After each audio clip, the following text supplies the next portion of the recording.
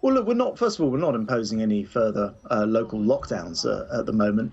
There's some additional advice and guidance issued because common sense tells you that if you're living in an area which has an infection rate which is much higher than the national norm, then it's sensible to think about the steps and to remind people about the steps that they should think about taking. It was put on the government website that these are the additional steps that you should be to remind ourselves of, which are all the usual things, by the way. You know, it's better to meet people outside than inside, keep the 2 meters apart and the like.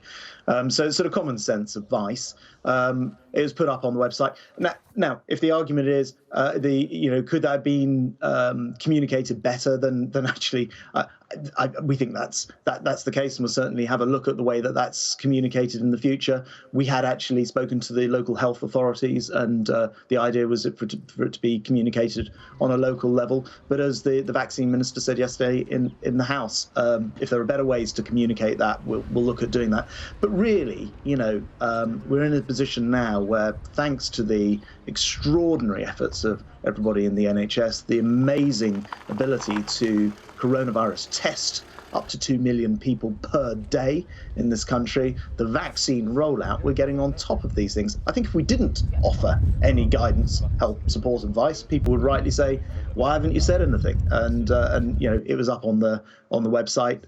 If the accusation is, could you go further on these things, then I think that's probably right. But the key thing is, this is not a new lockdown. These are not new laws. It's just a piece of advice.